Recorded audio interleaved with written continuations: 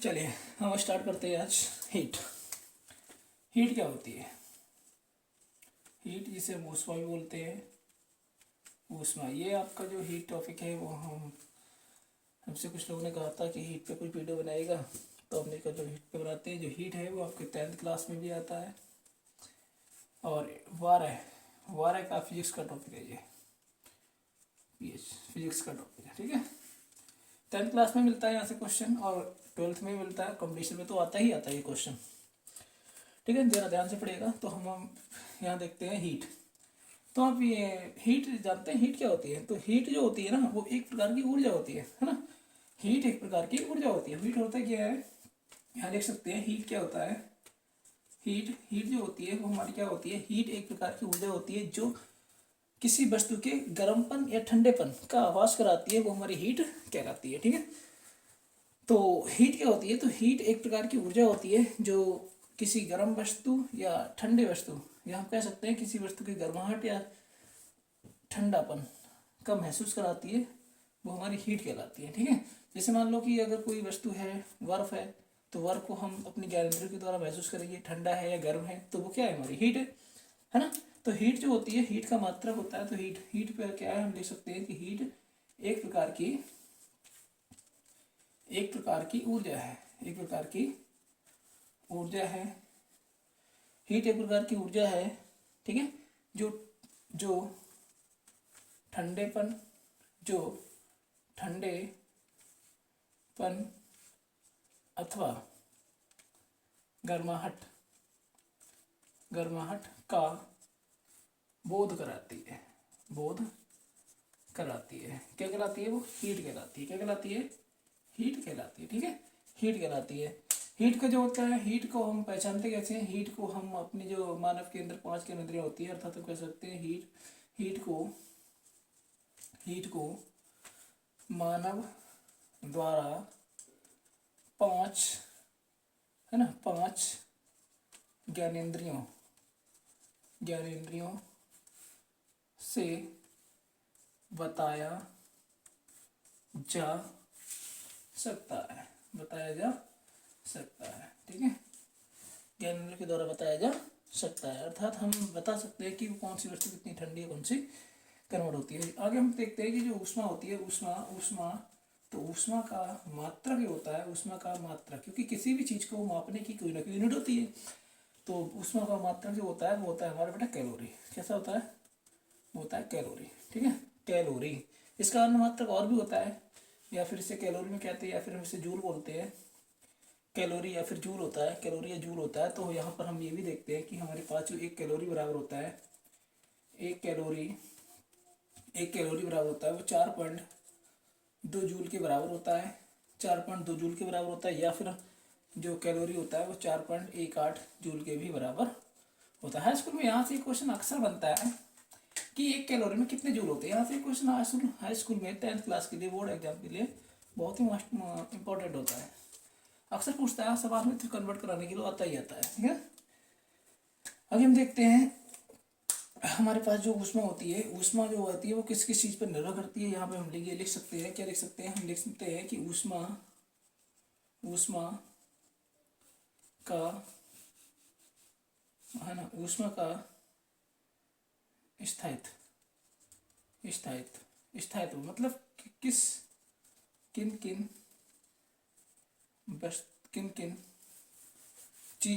किन चीजों से स्पष्ट होता है, ठीक है। तो बेटा हम यहाँ देखते हैं कि ऊष्मा का स्थायित्व होता है किन किन चीजों से स्पष्ट होता है। तो हमारा होता है क्यू। ऊष्मा को हम क्यू से लिखते हैं। तो ये जो होती है पदार्थ की मात्रा, पदार्थ यानी कि पदार्थ का जो द्रव्यमान होता है, ये पदार्थ का द्रव्यमान है। ये क्या है हमारा? पदार्थ का द्रव्यमान है, अर्थात वस्तु के द्रव्यमान के पर निर्भर करता है ना। उसके ताप पर निर्भर करता है। ताप क्या होता है? डेल्टा टी होता है, ठीक है। अगर यहाँ पर हम ले ले इसे समीकरण नंबर 1 मान लिया, इसे कितने मान लिया? 2 मान लिया, तो हमारे पास क्यू समानुपाती हो जाएगा एम डेल्टा टी हो जाएगा, ठीक है। यहाँ पर क्या करेंगे? यहाँ पर हम डेलीगेट करते हैं। यहाँ पर हमारे पास क्यू इक्वल टू, हमारे पास में यहाँ पर कोई हम ये, क्योंकि हम पढ़ समानुपाती है, समानुपाती चिन्ह हटाते हैं, तो ये ना कोई नेतांक लगाते हैं। नेतांक कौन सा लगाएंगे? क्योंकि यहाँ पर हम पढ़ रहे हैं ऊष्मा, तो हम यहाँ पर विशिष्ट नेतांक लगाएंगे एस। ये हो जाएगा एम डेल्टा टी। यहीं पे हम कह सकते हैं क्यू बराबर एम एस डेल्टा टी। ठीक है, यहाँ से जो एस बराबर होता है वो हमारा विशिष्ट ऊष्मा होता है, विशिष्ट ऊष्मा, विशिष्ट ऊष्मा। क्यू बराबर जो होती है वो ऊष्मा होती है, क्यू बराबर ऊष्मा, डेल्टा टी जो है वो पदार्थ समय अंतराल हो गया है, यानी पदार्थ की चेंजिंग जो ऊष्मा परिवर्तन हुआ है वो है, या हम कह सकते हैं कि समय परिवर्तन, समय परिवर्तन। ठीक है, और जो हमारे पास में एम दिया है वो हमारा क्या है, वो पदार्थ का द्रव्यमान है, पदार्थ का द्रव्यमान, पदार्थ का द्रव्यमान है कौन, एम, पदार्थ का द्रव्यमान। ठीक है, इस प्रकार से अगर हमसे कभी कभी इंटर लेवल में यहाँ से क्वेश्चन पूछता है, क्या पूछता है कि विशिष्ट ऊष्मा के मात्रक, विशिष्ट ऊष्मा का, अच्छा विशिष्ट ऊष्मा अगर परिभाषा पूछ ले तो विशिष्ट ऊष्मा की परिभाषा भी यहाँ से हम दे सकते हैं, है ना। विशिष्ट ऊष्मा की परिभाषा हम दे सकते हैं, क्या होती है, चलो हम पहले परिभाषा की बात करते हैं। तो विशिष्ट ऊष्मा की परिभाषा क्या, यहाँ से लिखेंगे कि हमारे पास जो है, यहाँ से देखते हैं समीकरण नंबर इसे मान लेते हैं, समीकरण नंबर इसे मान लिया ए, तो हम देखते हैं क्या देखते हैं, समीकरण ए से देखते हैं, हमारे पास क्यू बराबर जो हो जाएगा वो कितना था, क्यू बराबर एम एस डेल्टा टी था। यहाँ से जब एस की वैल्यू निकालेंगे तो हो जाएगा क्यू अपॉन एम और डेल्टा हो जाएगा टी। ठीक है, ये विशिष्ट ऊष्मा आ गया। तो इसी फार्मूला के द्वारा हम परिभाषित कर सकते हैं, लिख सकते हैं, अर्थात लिख सकते हैं, अर्थात ये जो फार्मूला है इसी के से हम विशिष्ट ऊष्मा की परिभाषा लिखते हैं। क्या होगा, किसी वस्तु, किसी वस्तु, किसी वस्तु का ताप, किसी वस्तु का ताप 1 डिग्री सेंटीग्रेड बढ़ाने, किसी वस्तु का ताप 1 डिग्री सेंटीग्रेड बढ़ाने बढ़ाने के लिए आवश्यक ऊष्मा को, के लिए आवश्यक ऊष्मा को, आवश्यक ऊष्मा को उस पदार्थ की विशिष्ट ऊष्मा कहते हैं, विशिष्ट ऊष्मा कहा जाता है। ठीक है, विशिष्ट ऊष्मा कहा जाता है। अर्थात हम यहाँ से देखते हैं फार्मूला से ही, एस बराबर क्यू ऊपर एम डेल्टा टी। यदि यहाँ पर हमारे पास, यहाँ पर हम मान लेते हैं कि हमारे पास जो है, हमने मान लिया कि यहाँ पर जो टी ताप में परिवर्तन हो रहा है, डेल्टा टी हो रहा है, वो कितना हो रहा है, 1 डिग्री सेंटीग्रेड हो रहा है। ठीक है, 1 डिग्री सेंटीग्रेड होता है। पदार्थ का द्रव्यमान कितना है, द्रव्यमान हमने मान लिया कि एम बराबर कितना है, हमारे पास ए है, तो जो एस बराबर हो जाएगा वो हो जाएगा क्यू के बराबर। किसके बराबर हो जाएगा, क्यू के बराबर। ठीक है, तो यहीं से हम परिभाषा लिखते हैं, क्या लिखेंगे, किसी वस्तु का 1 डिग्री सेंटीग्रेड, मतलब यहाँ पे डेल्टा टी बराबर कितना, 1 रखना है, तो हम लिखेंगे किसी वस्तु का 1 डिग्री सेंटीग्रेड में ना, 1 डिग्री सेंटीग्रेड क्या बढ़ाते हैं, ताप, है ना, किसी वस्तु का ताप, छूट गया था सॉरी, किसी वस्तु का ताप 1 डिग्री सेंटीग्रेड बढ़ाने के लिए आवश्यक ऊष्मा को उस पदार्थ की विशिष्ट ऊष्मा कहते हैं। बात आती है यहाँ पे विशिष्ट ऊष्मा का जो मात्रक होता है वो क्या होता है, विशिष्ट ऊष्मा, विशिष्ट ऊष्मा का मात्रक।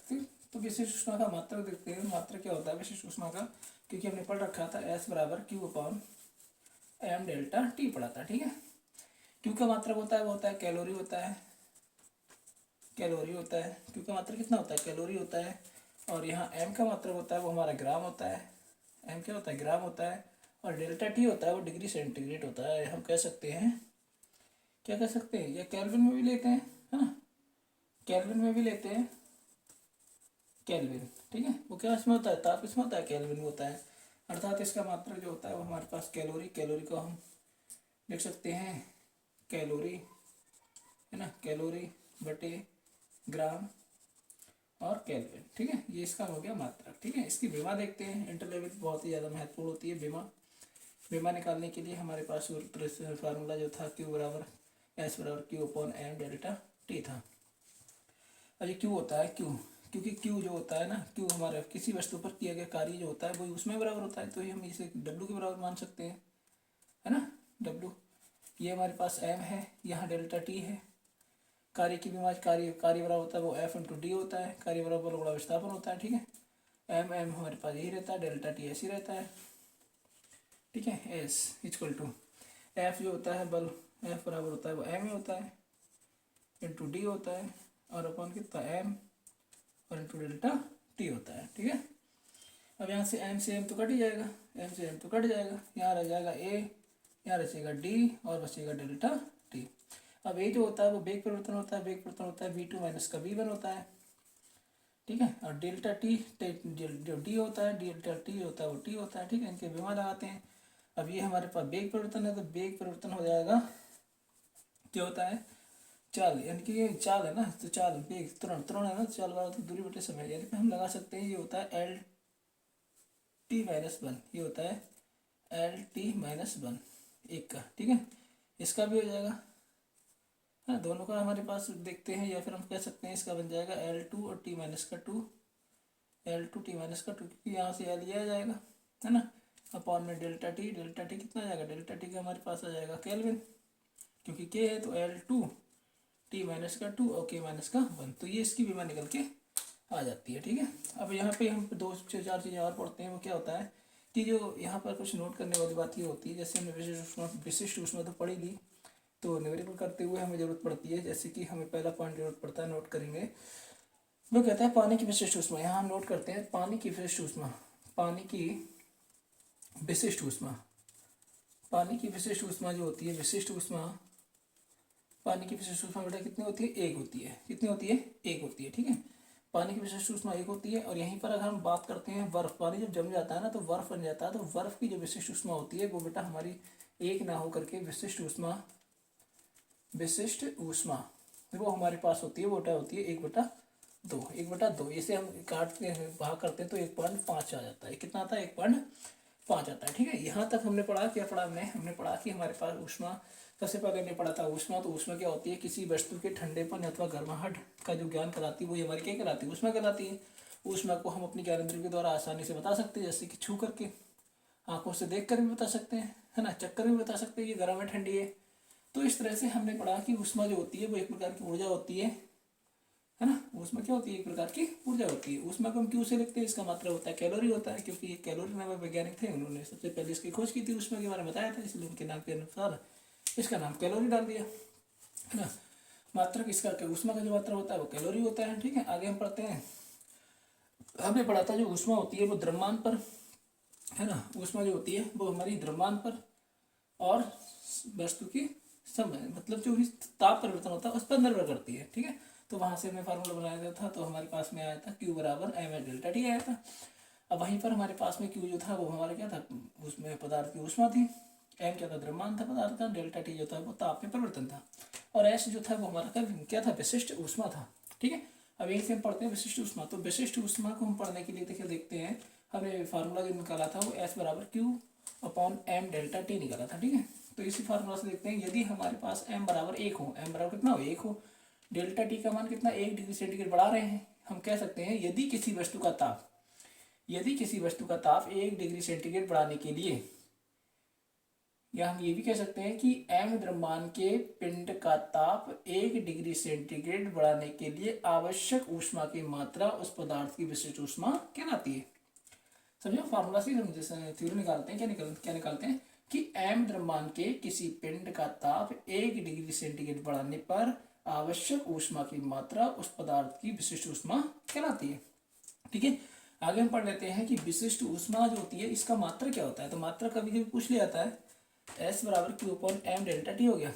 Q का मात्रा जो ऊष्मा होती है इसका मात्रा होता है कैलोरी, और M होता है पदार्थ का द्रव्यमान होता है, द्रव्यमान को हम ग्राम में लेते हैं, और यहाँ T है, डेल्टा टी जो होता है इसे हम लेते हैं केल्विन में। किसमें लेते हैं बेटा, केल्विन में, क्योंकि केल्विन जो होता है वो 0 डिग्री सेंटीग्रेड में जब 273 जोड़ ऐड कर देते हैं, यानी कि हम यहाँ पढ़ सकते हैं कि 0 डिग्री सेंटीग्रेड या डिग्री सेंटीग्रेड में जब हम 273 ऐड करते हैं तो बनता है, क्या बनता है बेटा, कैलोरी बनता है। ठीक है, ये वैल्यू यहाँ लगानी है, तो हमारे पास हो जाएगा कैलोरी प्रति ग्राम इंटू केल्विन हो जाएगा। ठीक है, तो हमारे पास विशिष्ट ऊष्मा का जो मात्रा होता है वो होता है कैलोरी प्रति ग्राम और केल्विन, है ना।